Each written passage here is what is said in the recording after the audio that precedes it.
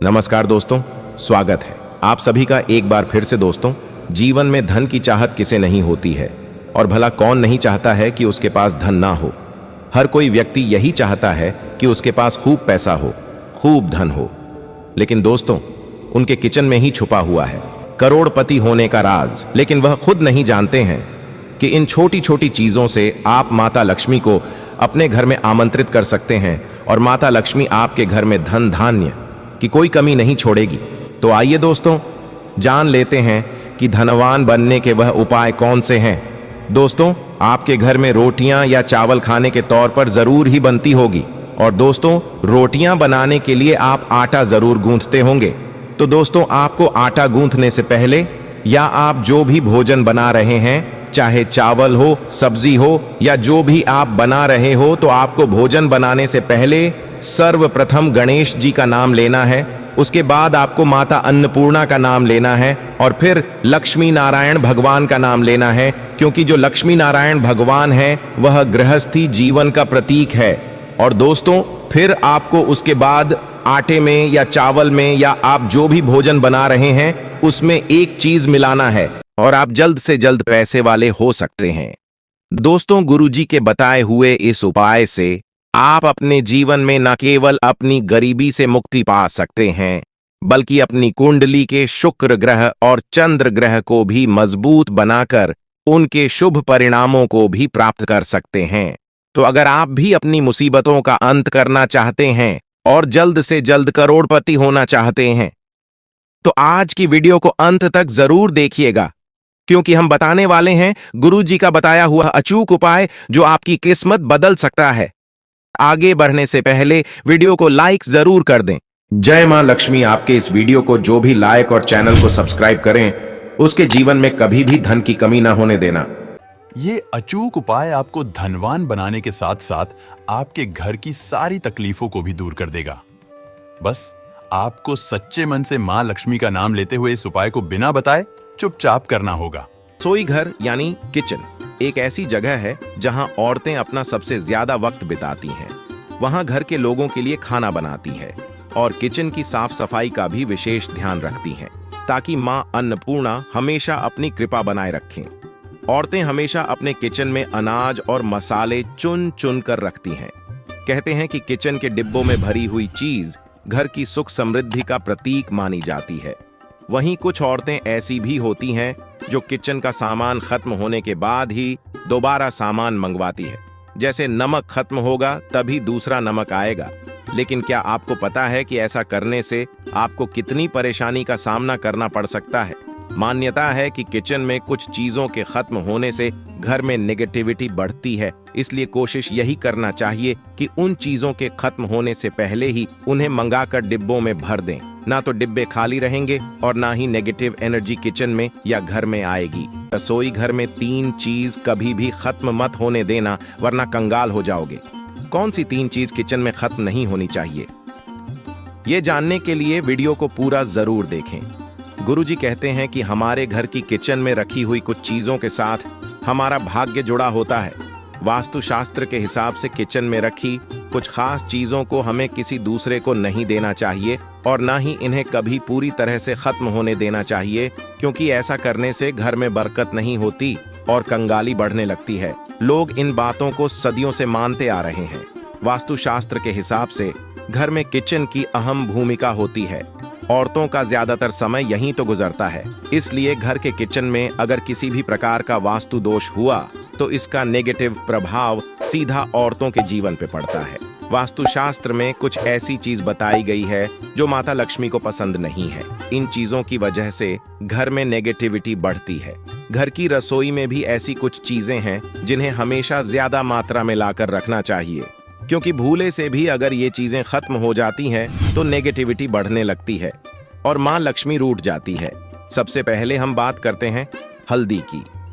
हल्दी सिर्फ खाने में रंगत और स्वाद ही नहीं बढ़ती है, इसे किसी भी पूजा पाठ, शादी, विवाह या शुभ कार्यों में इस्तेमाल किया जाता है। हल्दी का संबंध भगवान विष्णु और बृहस्पति ग्रह से होता है। आप अपने किचन में कभी भी हल्दी खत्म न होने दें, वरना घर से सुख और सौभाग्य चला जाता है। इतना ही नहीं, अगर घर में हल्दी पूरी तरह से खत्म हो जाती है तो इसे गुरु दोष माना जाता है। गुरु दोष होने पर आपके पास धन की कमी होने लगती है। आपकी स्टडी, करियर, जॉब सभी में प्रॉब्लम बढ़ने लगती है। घर में हल्दी खत्म होना धन और वैभव की कमी के साथ ही शुभ कार्यों में बाधा को भी दर्शाता है। इसलिए हल्दी खत्म होने से पहले ही दूसरा पैकेट लाकर रख लें। इसके साथ ही ध्यान रखें कि कभी किसी को हल्दी उधर ना दें और ना ही किसी से उधार लें। चावल को सनातन धर्म में अक्षत कहा गया है, जिसका प्रयोग हम किसी भी पूजा पाठ या धार्मिक कार्यों में करते हैं। किचन में चावल का खत्म होना शुक्र ग्रह को कमजोर करता है, साथ ही मां लक्ष्मी भी नाराज होती हैं। दरअसल शुक्र ग्रह और मां लक्ष्मी के आशीर्वाद से ही हमें धन वैभव मिलता है। इसलिए शुक्र ग्रह का दोष लगने पे पति पत्नी के बीच आपसी संबंधों में कड़वाहट पैदा होती है। इससे घर में धन से जुड़ी समस्याएं आने लगती हैं। इसलिए घर में पूरी तरह से चावल खत्म न होने दें। हमेशा कोशिश करें कि आपको चावल कभी किसी से उधार ना लेना पड़े। वैसे तो चावल दान करना शुभ माना जाता है, लेकिन चावल का दान करना तभी सही है जब आपके पास इसकी कमी ना हो। खाना बनाने के लिए ज्यादातर लोग सरसों के तेल का ही इस्तेमाल करते हैं। अक्सर लोग सरसों का तेल खत्म होने के बाद ही मार्केट से दूसरा तेल लाते हैं। ऐसा करने से बचें, क्योंकि घर में रखा सरसों का तेल शनि ग्रह से संबंधित माना जाता है। ऐसी मान्यता है कि घर के किचन में सरसों का तेल कभी खत्म नहीं होना चाहिए। ऐसा होने से आप शनिदेव के क्रोध का शिकार हो सकते हैं। आप किचन में सरसों का तेल पूरी तरह से खत्म होने से पहले ही डिब्बे में नया तेल भरने का इंतजाम करें। लेकिन ध्यान रहे, सरसों का तेल कभी भी मंगलवार और शनिवार के दिन खरीद कर घर में नहीं लाना चाहिए और ना ही इस दिन किसी को सरसों का तेल उधार देना या लेना चाहिए। संभव हो तो आप शनिवार के दिन सरसों का तेल दान जरूर करें।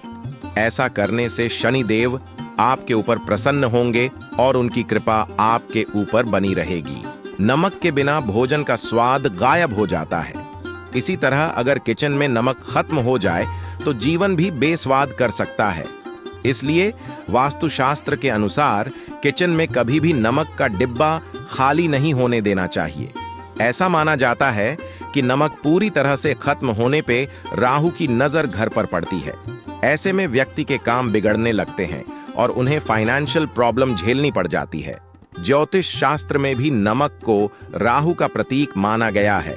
ऐसे में ध्यान रखें कि किचन में नमक कभी भी पूरी तरह से खत्म न होने दें। नमक का डिब्बा कभी पूरी तरह से खाली न करें, उसमें थोड़ा सा नमक जरूर छोड़ दें।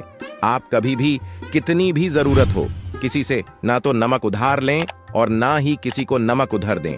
ऐसा करने से मां अन्नपूर्णा आपसे नाराज हो जाएंगी और आपके घर में कंगाली छा जाएगी। गेहूं का आटा तो हर किसी के किचन में जरूर रहता है। ये किचन की सबसे इंपॉर्टेंट चीज है, क्योंकि आटा नहीं होगा तो रोटी कैसे बनेगी और रोटी के बिना पेट कैसे भरेगा। ऐसे में आप ध्यान रखें कि आपके किचन में आटे का डिब्बा कभी भी पूरी तरह से खाली ना रहे, क्योंकि वास्तु शास्त्र में पूरी तरह से आटा खत्म होने को अशुभ माना जाता है।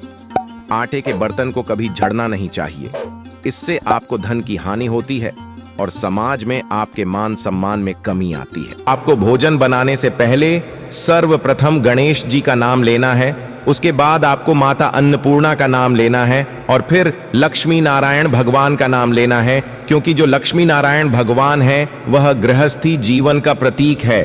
और दोस्तों, फिर आपको उसके बाद आटे में या चावल में या आप जो भी भोजन बना रहे हैं उसमें एक चीज मिलाना है। और वह चीज क्या है दोस्तों? वह चीज है भगवान के नाम की शक्ति।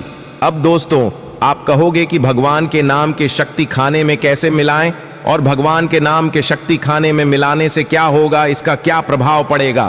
तो दोस्तों, जैसा कि हम आपको बता दें कि भगवान के नाम पर अपार शक्ति है और अगर भगवान का नाम भोजन में मिल गया तो इससे भोजन की शक्ति और भी अधिक बढ़ जाती है और उस भोजन को जो भी व्यक्ति ग्रहण करता है तो उसका तन मन दोनों पवित्र हो जाता है और उसका आत्मिक बल भी बढ़ता है। तो दोस्तों, आइए जान लेते हैं कि कैसे आप भोजन में भगवान के नाम की शक्ति मिलाएंगे। तो दोस्तों, जैसा कि हम आपको बता दें कि भगवान के नाम की शक्ति को भोजन में मिलाने के लिए आपको जब तक आप किचन में रहें, यानी कि जब तक आप भोजन बनाएं, जैसे कि आपको भोजन बनाने में 1 घंटा लगता है या 2 घंटा लगता है या जितना भी समय लगता है, तो आपको पूरे भोजन बनाते समय एकाग्र मन से भोजन भी बनाना है।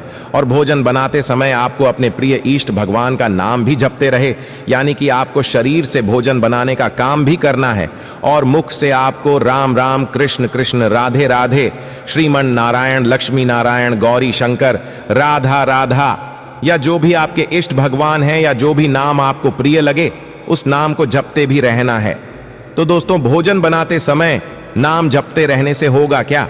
दोस्तों, इससे होगा यह कि जो भगवान के नाम के जो शक्ति है वह सर्वप्रथम आपके शरीर के अंदर प्रवेश करेगी, और जब वह आपके शरीर के अंदर प्रवेश करेगी तो आपके शरीर के जरिए आप जिस भी चीज को भोजन बनाते समय स्पर्श करेंगे, यानी कि छुएंगे, जैसे कि सब्जी काटेंगे, आटा गूंथेंगे, चावल को धोएंगे, या जिस भी सब्जी को धोएंगे या जिस भी चीज को स्पर्श करेंगे, तो वह भोजन में उस नाम की शक्ति मिल जाएगी, जिससे वह भोजन और अधिक शक्तिशाली हो जाएगा और भी अधिक पवित्र हो जाएगा। और दोस्तों, जो भी महिला भगवान के नाम का जाप करते करते भोजन बनाएगी, तो इससे उस महिला की आत्मिक शक्ति और भी अधिक बढ़ जाएगी, क्योंकि उसके अंदर भगवान के नाम की शक्ति प्रवेश करेगी, जिससे उस महिला पर किसी भी बुरी शक्ति का असर नहीं पड़ेगा, किसी भी व्यक्ति का बुरे नजर नहीं लगेगी, जो कि आपके लिए बेहद अधिक लाभदायक है। और दोस्तों, ध्यान रखें कि भोजन बनाने के बाद जो पहली रोटी है वह गाय के लिए निकालें। लेकिन अगर आपके घर गाय नहीं है या आपके आसपास कोई गाय नहीं है, तो आपके घर में, यानी कि आपकी पूजा घर में जो भी भगवान हो या आपने ठाकुर जी को बिठाया हो, जैसे कि आप लड्डू गोपाल की सेवा करते हो, तो उनको भोग लगाएं। और जो भोग लगा रहे हैं उसमें तुलसी का पत्ता जरूर रखें। और फिर भगवान को भोग लगाने के बाद उनको पानी पिलाएं, और फिर भगवान को अच्छी तरीके से भोग लगाकर पानी पिलाने के बाद जो भोजन बचता है उनके प्रसादी स्वरूप उस भोजन को आपको बनाए हुए पूरे भोजन में मिला देना है। यानी कि आपने जो भी भोजन तैयार करके रखा है उस भोजन में भगवान लड्डू गोपाल के प्रसाद स्वरूप बचे हुए भोजन को मिला देना है, और फिर उस भोजन को सभी लोगों को, आपके परिवार में जो भी सदस्य हैं, उनको खिला देना है। दोस्तों, इस तरीके से, इस विधि पूर्वक शास्त्र विधि से बताए हुए इस नियम का अगर आप पालन करते हैं और इस तरीके से आप भोजन बनाकर भोजन करते हैं, तो दोस्तों आप यकीन नहीं मानेंगे कि इससे आपके जीवन में ऐसा बदलाव होगा जो कि आपके जीवन को पूरी तरीके से बदल देगा। इससे दोस्तों आपके पूरे परिवार के लोगों के मन में भक्ति जग जाएगी, उनको भगवान का नाम, कीर्तन, भजन अच्छा लगेगा, उनका व्यवहार सात्विक हो जाएगा, मन शांत हो जाएगा, मन पवित्र हो जाएगा, गृह क्लेश दूर हो जाएगा, और घर में माता लक्ष्मी की कभी कमी नहीं होगी।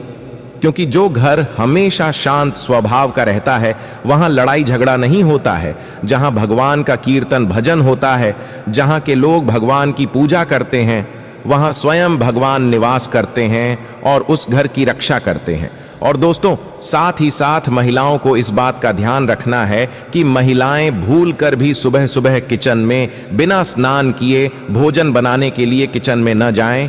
यानी कि आपको बिना स्नान किए सुबह सुबह किचन में भोजन बनाने के लिए बिल्कुल भी नहीं जाना चाहिए। अगर आप स्नान नहीं कर पाते हैं तो आप लैट्रिन बाथरूम से आने के बाद अच्छी तरीके से अपने हाथ पैर को धोकर ही किचन में प्रवेश करें। और किचन में प्रवेश करने से पहले सर्वप्रथम गणेश जी का नाम स्मरण करें, उसके बाद लक्ष्मी नारायण का नाम स्मरण करें, उसके बाद माता अन्नपूर्णा का नाम स्मरण करें, उसके बाद ही आप किचन में प्रवेश करें। दोस्तों, जो लोग किचन में भोजन बनाते समय भगवान का नाम जप नहीं कर सकते हैं, तो वह अपने मोबाइल फोन में भगवान के नाम का भजन लगा सकते हैं, जिस भजन में सिर्फ भगवान का नाम ही होना चाहिए उसमें, और दूसरा कुछ चीज नहीं होना चाहिए, यानी कि उसमें केवल भगवान का नाम ही होना चाहिए। ऐसा भजन आपको लगाना है और उसे पूरा भोजन बनाते समय सुनना भी है, और ऐसा करने से भी आपको नाम जप करने के बराबर ही फल प्राप्त होगा। तो दोस्तों, आप इस उपाय को जरूर कीजिए। ओम नमः शिवाय, हर हर महादेव।